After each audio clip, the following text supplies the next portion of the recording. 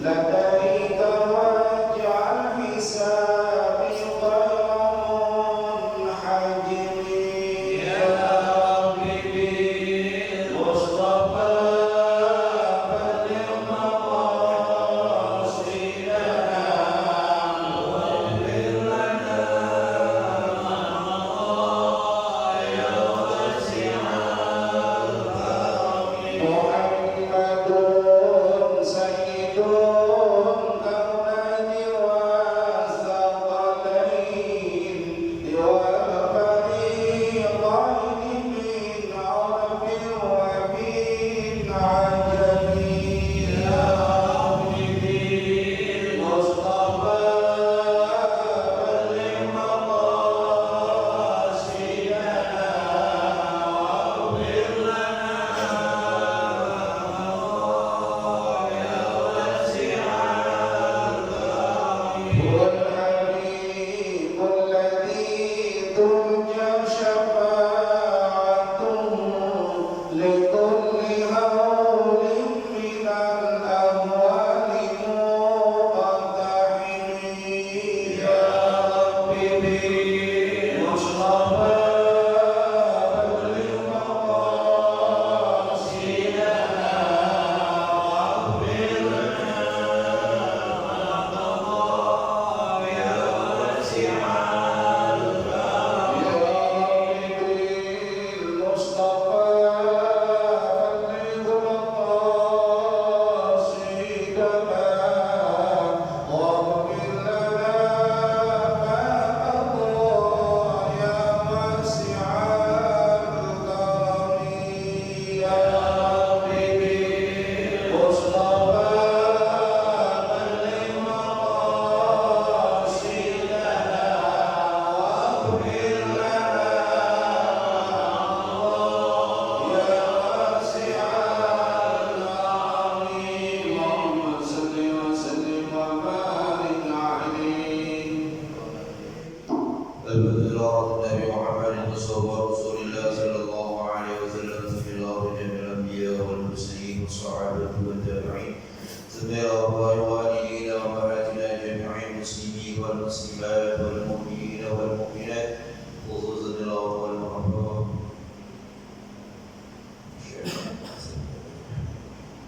المؤلف هذا الكتاب بالستة الأنصاري والحبيب عبد الله بن علي فاتحة أعوذ بالله من الشيطان الرجيم بسم الله الرحمن الرحيم الحمد لله رب العالمين الرحمن الرحيم مالك يوم الدين إياك نعبد وإياك نستعين اهدنا الصراط المستقيم صراط الذين أنعمت عليهم غير المغضوب عليهم ولا الضالين رب اغفر لنا ولوالدينا آمين بسم الله الرحمن الرحيم الحمد لله رب العالمين والصلاة والسلام على أشرف الأنبياء والمرسلين سيدنا محمد وعلى آله وصحبه أجمعين أما بعد فقال المصنف رحمه الله لا من نفع به وبكم في الدارين آمين أولا اللهم ألهمنا علما نفقه به وارزقنا وهي كنزنا فهما نعلم به كيف نجيك يا أرحم الراحمين اللهم ارزقنا فهم النبي وحفظ المرسلين وإلهام الملائكة المقربين برحمتك يا أرحم الراحمين اللهم أخرجنا من نور الفهم وأخرجنا من ظلمات الوهم وافتح لنا أبواب رحمتك وانشر علينا حكمتك يا أرحم الراحمين آمين يا رب العالمين. Para jamaah sekalian, kita masih membahas mengkaji masalah zakat binatang unta. Sudah hampir selesai masalah zakat unta. Jadi kemarin terakhir kalau seseorang memiliki unta sebanyak 200 ekor, maka dia wajib mengeluarkan zakatnya dua kemungkinan.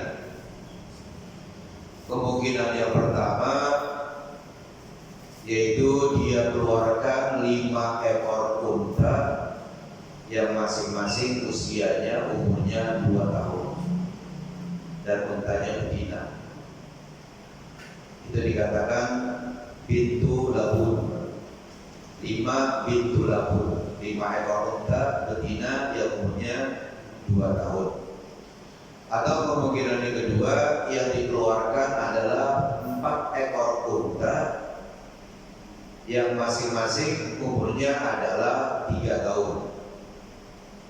Jadi kalau bintu labun itu usianya 2 tahun 5 ekor, atau ya hikkoh unta betina umurnya 3 tahun, ya 4 ekor.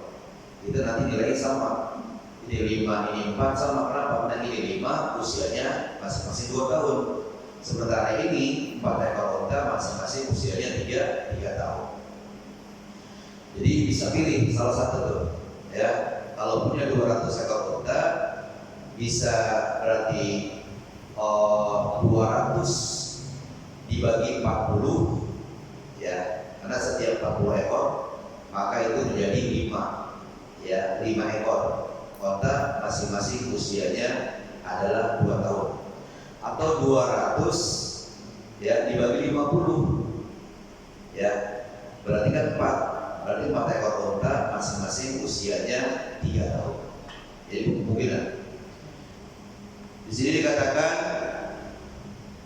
fa in wujida bimalihi ahaduhuma ukhida. Kalau dia dapatkan dengan hartanya itu salah satu di antara keduanya. Unta yang usianya umurnya 4 tahun, yang umurnya 2 tahun dia miliki 5 ekor. Unta yang umurnya 3 tahun juga dia miliki 4 ekor. Jadi dia miliki dua macam unta tadi. Ya. Dikatakan di sini ukhida, diambilnya salah satunya. Oh, udah saya mau keluarin yang usianya 2 tahun aja deh. Silakan. Tapi 5 ekor. Oh enggak, saya mau keluarin yang usianya 3 tahun, silakan. Tapi 3 ekor. Itu dikatakan fa in wujida bimalihi ahaduhuma ukhida. Kalau dia dapatkan dengan hartanya salah satu di antara dua, antara yang bintu labun dengan yang hikkoh. Itu labun artinya umurnya 2 tahun atau hikkoh yang 3 tahun. Ya, silakan. Ya, ambil salah satu keduanya. Itu dikatakan ukhida, ya diambil. Wa illa falahu tahsilu ma syaa minhuma. Ya, kalau seandainya tidak dia dapatkan salah satu keduanya, yang umurnya 2 tahun kagak dia punya, yang umurnya 3 tahun juga dia gak punya. Jadi kata lain, bintu labun dia gak punya, yang hikkoh dia gak punya juga. Yang dia punya adalah bintu makhod, yang umurnya 1 tahun, atau yang dia punya jazamah, umurnya 4 tahun lebih. Yang bintu makhod kekecilan, yang jazamah kegedean, itu dia punya. Jadi yang umurnya 2 tahun dan yang 3 tahun dia gak punya. Itu dikatakan wa illa, kalau tidak, jika tidak dia tidak dapatkan dua-duanya, yang umur 2 tahun dia gak punya, yang umur 3 tahun dia gak punya, falahu tahsilu ma syaa minhuma, maka baginya dia hasilkan apa yang dikehendaki dari keduanya. Jadi artinya bisa nanti dia keluarin yang lebih tinggi usianya atau yang lebih rendah usianya. Umpamanya yang dia harus keluarin kan bisa yang umurnya 2 tahun 5 ekor, atau bisa yang umurnya 3 tahun 4 ekor. Ada tuh dulunya, 2 macam itu ada. Yang dia punya hanya yang umurnya itu katakanlah yang lebih tinggi, umurnya 4 tahun, lebih 1 tahun kan? Nah, udah dikeluarin yang umurnya 4 tahun, 4 ekor, ya, gitu. Seharusnya kan yang umurnya 3 tahun, 4 ekor, ini kan nggak punya umur yang 4 tahun. Tadi itu, umpamanya, kalau yang 3 tahun itu usianya 3 tahun, yang seharusnya dikeluarkan 4 ekor, katakanlah seekornya 3 juta. Ya, Yang satu dia keluarin adalah yang umurnya 3 tahun, 4 ekor, 3 tahun 4 ekor. Ini katakanlah 3 juta. Ya berarti 12 juta. 3 kali 4 12 juta. Mestinya dia keluarin 12 juta. Tapi dia nggak punya tuh orang yang umurnya segitu. Dia keluarnya lebih tinggi, yang umurnya 4 tahun. Nah yang 4 tahun itu harganya 3 juta setengah. 3 juta setengah. Berarti kalau 3 juta setengah kali 4 jadi berapa? Jadi 14 juta. Tadi 12. Ini jadi berapa? Jadi 14 juta. Nah berarti begitu dia jual 14 juta, dia potong 2 juta. Dia ambil 2 juta. Kan 12 juta juga kan? Saya ulangi lagi. Mestinya dia keluarin 4 ekor unta yang makin kalau dia punya 200 ekor unta ya. Dia punya 200 ekor unta. Tapi dia nggak punya tuh. Yang 3 tahun umurnya dia nggak punya, yang 2 tahun nggak punya juga. Yang dia punya 4 tahun. 4 ekor juga dikeluarin. Nah, kalau yang 3 tahun itu 1 ekornya 3 juta, berarti kali 4 12 juta. Jadi dia wajib keluarin 12 juta mestinya. Nah, karena dari punya yang dia punya 4 yang umur 4 tahun kali 4 ya. Ya, jadi 1 ekornya 3 juta setengah. Berarti kan kalau 4 ekor 14 juta. Nah, 14 juta diambil 12 juta. Jadi diambil tuh 2 juta, yang dikeluarin 12 juga. Ya, akhirnya dikeluarin 12 juta. Ya, 12 juta juga itu dikatakan di sini naik ke atas. Atau bisa juga turun ke bawah. Ya, bisa turun ke bawah. Ya. Katakanlah umpamanya semestinya dia keluarkan 5 ekor onta yang umurnya masing-masing 2 tahun. Itu dikatakan bintu mahkot. 5 ekor onta yang masing-masing umurnya 2 tahun. 1 ekornya itu ya 1 ekornya itu katakanlah harganya 2 juta setengah. 2 juta setengah kali 5 berarti apa? Berapa? 12 juta 500. Itu mestinya dikeluarin. Dia kagak punya yang onta umurnya 2 tahun tuh. Akhirnya turun yang 1 tahun yang dikatakan bintu mahkot. Ya, bintu mahkot. Nah, jadi akhirnya ya kalau bintu mahkot yang umur 1 tahun yaitu murahan 2 juta. 2 juta kali 5 baru 10 juta.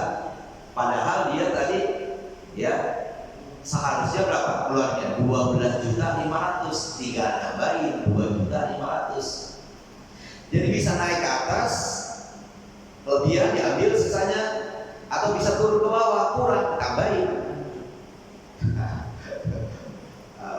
Apa ada tahu dan gak usah sampai gini. Bisa naik, bisa turun. Ya. Ini kalau belum belajar apa namanya warisan, kalau belajar warisan kalau lebih pusing lagi Pak. Ya pewaris, ya ilmu faroid. Ya dapat 1/4, 1/3, 1/2, 2/3, 1/8, 1/6. Itu gimana caranya? Lebih susah lagi. Ya, jadi yang jelas di situ kesimpulannya, kalau kita punya onta 200 ekor onta, 2 kemungkinan bisa kita keluarin. Bisa kita keluarin onta yang usianya 2 tahun, ya 2 tahun berarti 5 ekor. Bisa kita keluarin onta yang umurnya 3 tahun, 3, 4 ekor. Nah, itu silakan. Kalau ada salah satu duanya, kalau nggak ada dua-duanya, bisa naik, bisa turun. Bisa kita keluarin onta yang umurnya 4 tahun, bisa kita keluarin onta yang umurnya 1 tahun. Yang 4 tahun kelebihan ambil sisanya. Yang 1 tahun kurang, tambah berapa kurangnya. Itu istilahnya dikatakan situ wa illa falahu tafsiru ma syaa minhuma wa in wajadahuma ta'ayyanal adhabu. Kalau dia punya dua-duanya, punya onta 200 ekor, dia mengeluarkan onta yang umurnya 2 tahun 5 ekor punya dia keluarin onta yang umurnya 3 tahun 4 ekor punya juga. Mana nih? Maka dia tentukan, dia pilih yang lebih ambat. Apa itu ambat? Ambat itu artinya anfa lil mustahiqin, yang lebih bermanfaat buat para mustahik. Mana yang lebih bermanfaat buat mustahikin, buat orang-orang yang menerima ini? Kalau dia bermanfaat adalah onta yang usianya 3 tahun, keluarkan 3 tahun 4 ekor. Atau lebih bermanfaat yang umurnya 2 tahun, keluarin 5 ekor. Karena dia punya dua-duanya. Kalau punya dua-duanya apa problemnya? Ketika pilih, ya. Tapi jangan pilih itu adalah yang lebih bermanfaat buat mustahikin, buat orang-orang yang berhak menerimanya. Wa wajhu tasmiyati bil asnanil madhkurati anna bintal maqadi ana li ummiha an takuna minal maqad. Nah, kembali lagi nih, kembali ke awal. Jadi kan onta-onta yang akan dijadikan sebagai pembayaran zakat itu ada 5 macam.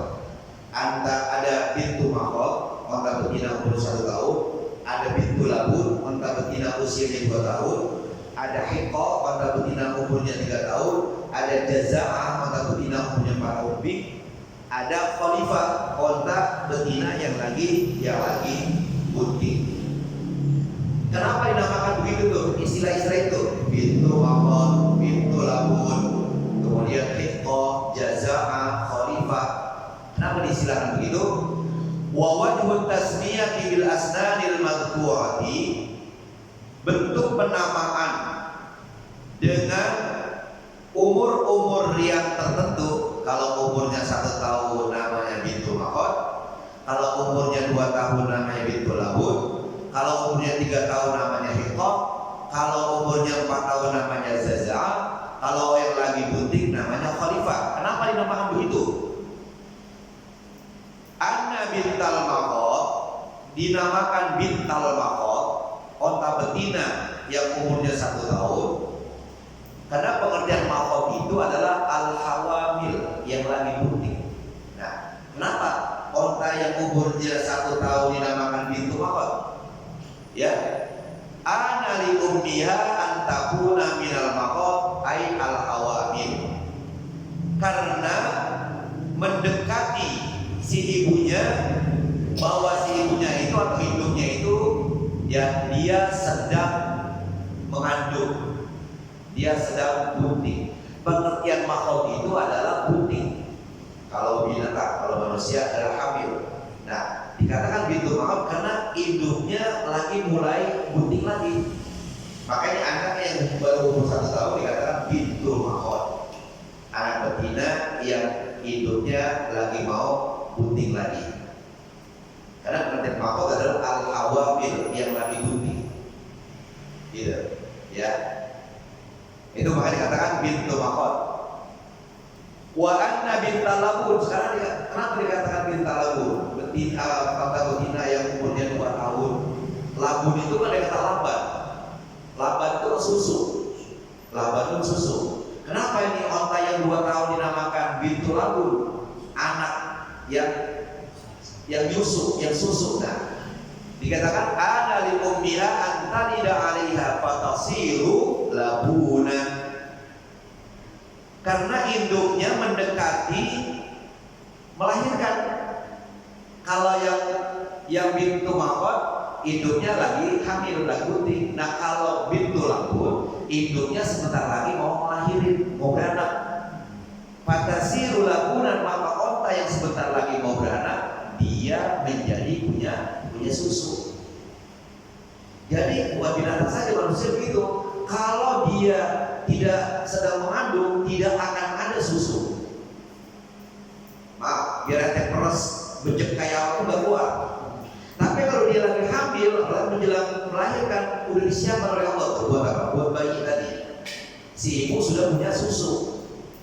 Nah, jadi kalau onta yang umurnya 2 tahun, induknya sebentar lagi melahirin, karena mau sedang menjelang melahirkan sudah disiapkan susu oleh Allah Subhanahu Wa Taala. Tadi kata labun dan laban itu susu. Karena itu induknya sudah disiapkan susu. Kenapa? Sebentar lagi mau melahirkan. Ya, jadi kalau 1 tahun ibunya baru mau kandung. Kalau 2 tahun induknya sudah mau melahirkan, berarti sudah disiapkan susu. Wa annal hiqqata istahaqqat ayyutraqaha al-fahlu au antarkaba. Dinamakan hiqqah itu hiqqah dikatakan istahaqqat ayyutraqaha karena dia sudah berhak untuk ya ayyutraqaha al-fahlu, karena onta yang semacam itu ya dia sudah patut, sudah pantas untuk dikawini oleh onta jantan. Al-fahlu itu jantan, ya. Au antar kaba atau onta yang umur 3 tahun sudah pantas untuk ditunggang, untuk dikendarai. Nah, dikatakan hiqqah umur 3 tahun adalah istahaqqat. Nah, ada kata-kata hiqqah istahaqqat sama. Karena dia sudah pantas untuk dikawini sama onta jantan. Atau dia sudah pantas untuk dikendarai, untuk ditunggang. Karena udah 3 tahun belum kuat. Kalau baru 1 tahun, 2 tahun belum kuat, 3 tahun kuat. Maka dikatakan hiqqah. Onta usianya 3 tahun. Kenapa? Karena dinamakan hiqqah, dia pantas untuk dikawini oleh onta jantan, jantan, atau dia sudah pantas untuk dikendarai. Wa yuhmalu 'alaiha qaulani, dan ditanggung pengertian di atasnya 2 pendapat. Ya, jadi artinya bisa dikatakan hiqqah itu karena dia sudah pantas untuk dikawini sama onta jantan, atau bisa juga karena dia sudah pantas untuk dikendarai atau pantas untuk ditunggang tarkab. Jadi dikatakan wa yuhmalu 'alaiha qaulani, dan ditanggung pemahaman pengertian di atasnya 2 pendapat. Sekarang kalau jazaa karena wa anna jazaata tajza'u muqaddimu asnaniha ay tasqudu. Dikatakan jazaa yaitu tajzi'u. Arti tajzi'u copot, tanggal. Ya, karena sudah tanggal gigi depannya. Jadi jazaa dikata tajzi. Tajzi artinya copot, upah. Nah, onta yang umurnya 5 tahun lebih itu dikatakan jazaa, itu dia sudah kupang, gigi depannya sudah ompong. Jadi kayak manusia juga. Kalau manusia ompongnya 7 tahun, ya kalau udah ompong di sekolah dah udah ompong. Zaman dulu, pada sekarang akan lihat itu ada, pokoknya kapan udah berani orang udah sekolah dah. Tapi sekarang belakangan juga ada tentuan. Kalau dia belum 7 tahun belum boleh. Kembali lagi kita dulu masih kecil. Kalau belum 7 tahun belum sekolah atau belum sampai tangan ke kuping nih, ya. Nah kalau sampai sekolah dah. Nah, sekarang balik lagi. Kalau zamannya waktu sekolah itu SD itu bertahun kurang. SD itu, ya. Dan zaman sekarang belum mulai, kalau belum 7 tahun, tunggu dulu. TK 2 tahun, ya TK A, TK B. Nah, jadi dinamakan jazaa karena tajza'u muqaddimu asnaniha, karena sudah copot gigi depannya, aitas kudu artinya sudah tanggal. Nah, itulah pengertian tentang apa? Tentang apa itu bintu mahod, bintu labun, hiqqah, jazaa, dan khalifah. Wa awwal nisabil baqarah. Nah, salah Isa dia 7 lewat 1 menit. Benar? Jelas gitu aja loh bawaannya. Gak apa-apa dah, biar sedikit ada sebagian seperti paham apa sih yang artinya bintu mahod, kenapa dinamakan bintu mahod, apa sih dikatakan bintu labun, kenapa dikatakan bintu labun, ya hiqqah itu apa, jazaa itu apa, ya gitu. Insyaallah nanti kita lanjutkan wa awwalun nisabil baqar, ya nisab atau batas minimal sapi itu berapa wajib dizakati kalau sudah berapa ekor kita miliki. Ya, siapa tahu di antara kita yang tidak tahu saja ya bahwa di antara kita ada yang menjadi juragan sapi. Di sini gak sapinya tapi di daerah banyak sapinya. Nah, maka dia nanti harus wajib keluarkan zakat sapinya kalau sudah mencukupi nisabnya. Nisab artinya batas ukuran minimal wajib zakat itu nisab. Kalau haul adalah genap 1 tahun, ya. Wallahu a'lam bishawab. Masih ada waktu sekitar 11 menit kita gunakan buat baca kitab yang kedua. Situ aja dulu. Saya baca dulu ya.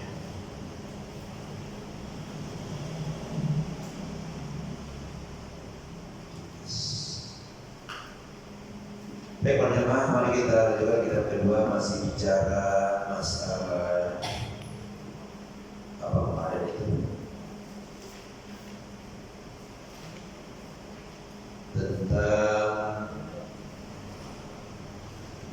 sumpah palsu ya. Sekarang yaitu wal yaminul ghamus. Kemarin dikatakan bahwa yang termasuk dosa besar adalah menyekutukan Allah, durhaka sama orang tua, dan yang ketiga wal yaminul ghamus, sumpah palsu. Asal ghamus adalah mencemaskan atau malapetaka, sehingga dikatakan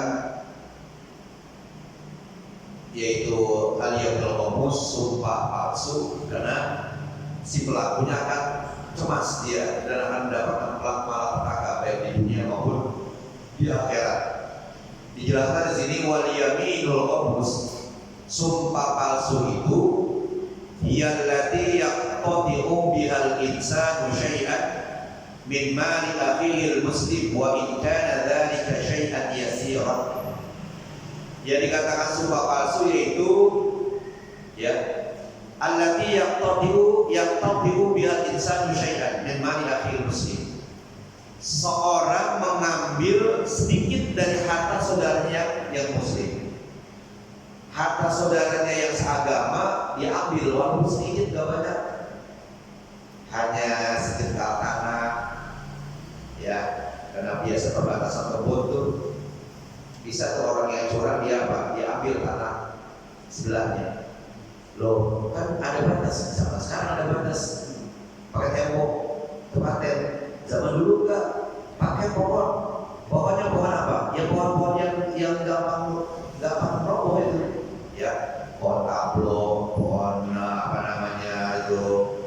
Ya pohon-pohon itulah, pohon apa namanya itu, dondong Cina ya. Tanam deh. Itu buat apa? Buat batas.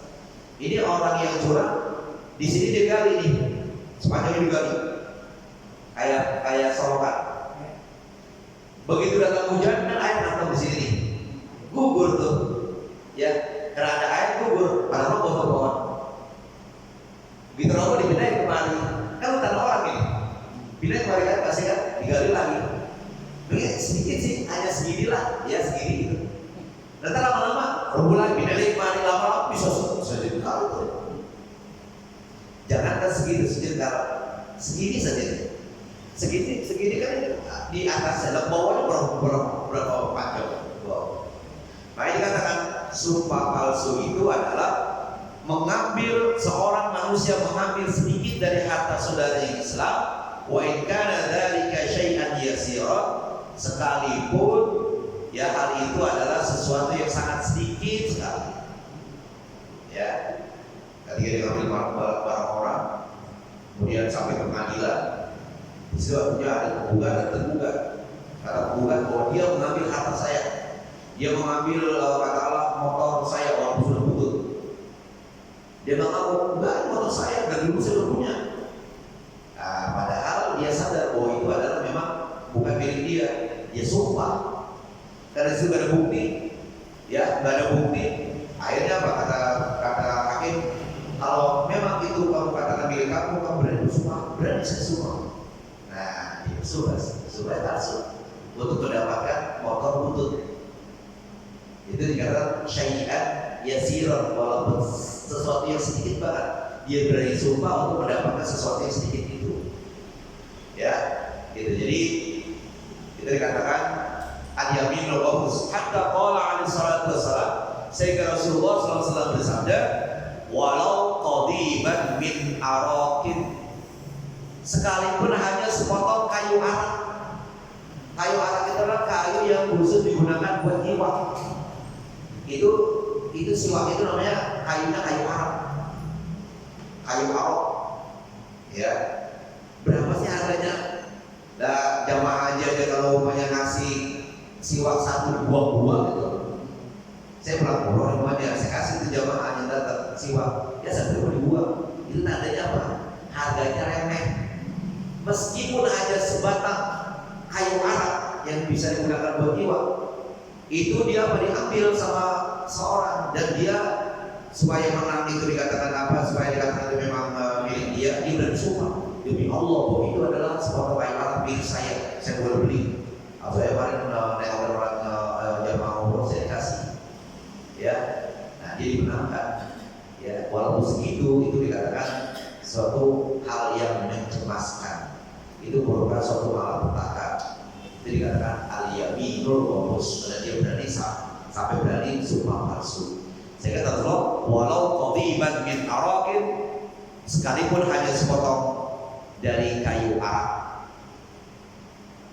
Ya buat apa sih keuntungan dunia yang sedikit ya sementara, ya sementara kehidupan di akhirat yang itu panjang dan abadi. Wa amal inqita'u min amwalin nasi bi syahadati zur. Adapun mengambil harta manusia dengan cara bersaksi palsu, ya. Kalau tadi bersumpah palsu, sekarang jadi bersaksi palsu. Jadi dia mau jadi saksi tapi palsu, ya, supaya nanti dia mendapatkan keuntungan dari hasil kesaksian itu, ya. Fa'in syahida bihi ghairu bi syahadatin batilatin wa huwa ya'lamu dzalika wa yuriduhu fayahsabul majhudu lahu wasyahidu. Fa'in syahida bihi ghairahu, kalau dia mau bersaksi untuk orang lain, dia mau jadi saksi untuk memenangkan orang lain, ya, gitu. Karena sudah ada omongan sebelumnya, kamu gak jadi saksi saya, nanti menang saya. Kalau saya menang, kamu saya bagi berapa puluh juta. Oh iya dong, oke. Jadi saya pura-pura ya jadi saksi bahwa saya adalah benar-benar mengetahui itu. Nah, ya saksi palsu. Bisyahadatin batilatin, dengan kesaksian yang batal.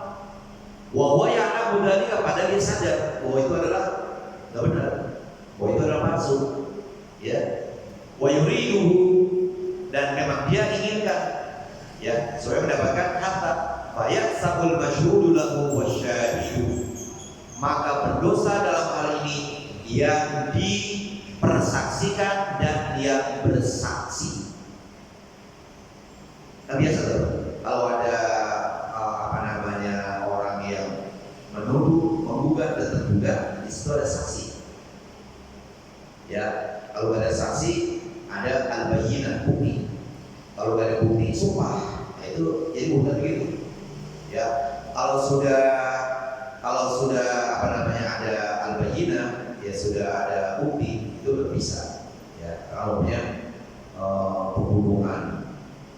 pembunuhan, siapa yang bunuh, dilihat di sekitar terbunuh itu ada apa di situ? Ada golok, ada tali rapian, ya, ada batu.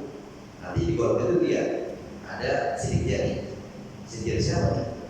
Ya kan? Itu tali rapian segala macam, ya kan? Gitu, ada batu. Orang pasti ada batu untuk mengukur. Di batu itu ada nggak sidik jari? Makanya ketika jari itu dikasih ada bapaknya kuning itu tuh boleh orang situ kan, itu dikatakan al-bayyinah. Kalau nggak ada al-bayyinah saksi.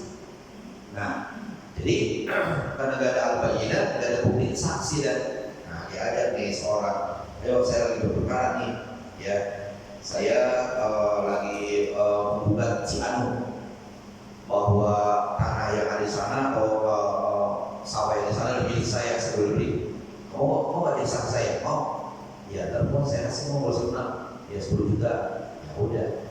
Nah, siapa yang berdosa dalam hal ini? Dua-duanya, ya. Orang yang dipersaksikan, artinya punya tanah, yang sudah berperkara, dan orang yang bersaksi, ya. Karena itu bukan disumpah demi Allah bahwa saya, kan? Dan selanjutnya, iya berat. Fayaqulu syahidu ala misli dzalika mimman ba'a akhiratahu bidunya ghairahu. Maka jadilah orang yang bersaksi itu, gambaran seperti ini seperti orang yang menjual akhiratnya dengan dunia untuk orang lain. Si saksi ini bagaikan dia jual akhiratnya dengan dunia. Padahal buat siapa? Buat orang lain, buat dia. Ya, yang untuk siapa? Yang untuk yang punya tanah, ya kan? Nah, dia yang Jadi sama aja kayak dia jual akhiratnya ya kepada dunia kecil kan kalau gitu. Wa inna yawman inda rabbika ka'alfi sanatin mimma ta'udun. Satu hari akhirat kayak 1000 tahun dunia. Hidup 1000 tahun di dunia itu akhirat baru satu hari akhirat. Jadi kalau ente disiksa di akhirat satu hari, bagaikan di sini dimasukin ke dandang master itu 1000 tahun. Itu kan kenikmatan di akhirat hanya satu hari, bagaikan kita hidup nikmat di dunia 1000 tahun. Oh kaya terus, enak terus. Nah itu makanya dikatakan orang yang mau menjadi saksi palsu, bagaikan dia jual akhiratnya dengan dunianya, ghairahu untuk orang lain, bukan dunia. Rasulullah SAW nanti lanjutkan wa syahadatul zur bil akbar kabariyah. Jangan jadi saksi palsu ya. Kalau menjadi saksi beneran itu berpahala. Kalau menjadi saksi beneran ya pahalanya gede. Kenapa? Karena kita membela hak orang lain. Baik berjamaah, sebelum kita baca doa, mari kita baca Fatihah dengan kata bersyukur kepada Allah Subhanahu wa taala, berikan pahala kepada orang-orang yang menggunakan hartanya di musola kita ini. Orang tua kita, saudara kita, teman kita sudah meninggal dunia, dipakai tempat sebaik lainnya yang pada saat ini sampai badannya. Saya berterima kasih pada seluruh jamaah yang membacakan Fatihah, doakan istri saya dan sudah pulang hari Selasa kemarin dan terus ya tentunya saya betul bisa minta doa supaya betul sehat dan terus lanjut kesehatannya. Mari kita baca Fatihah ala hadiniyah al-Fatihah. A'udzubillahi minasyaitonir rajim. Bismillahirrahmanirrahim. Alhamdulillahirabbil alamin arrahmanir rahim maliki yaumiddin. Iyyaka na'budu wa iyyaka nasta'in ihdinas siratal mustaqim. Siratal ladzina an'amta 'alaihim ghairil maghdubi 'alaihim waladdallin. Rabbi ighfir lana wa liwalidina amin. Allahumma shalli 'ala sayyidina Muhammad wa 'ala ali sayyidina Muhammad. Allahumma ij'al jam'ana hadha jam'an marhuman wa qurrana min ba'di dhurriyatan ma'suma wa la taj'alna amina wa la ma'ana wa la yad'una شقيا ولا مطردا ولا محروما له فيها سبحانك اللهم تحية فيها سلام والحمد لله رب العالمين. السلام عليكم ورحمة الله وبركاته.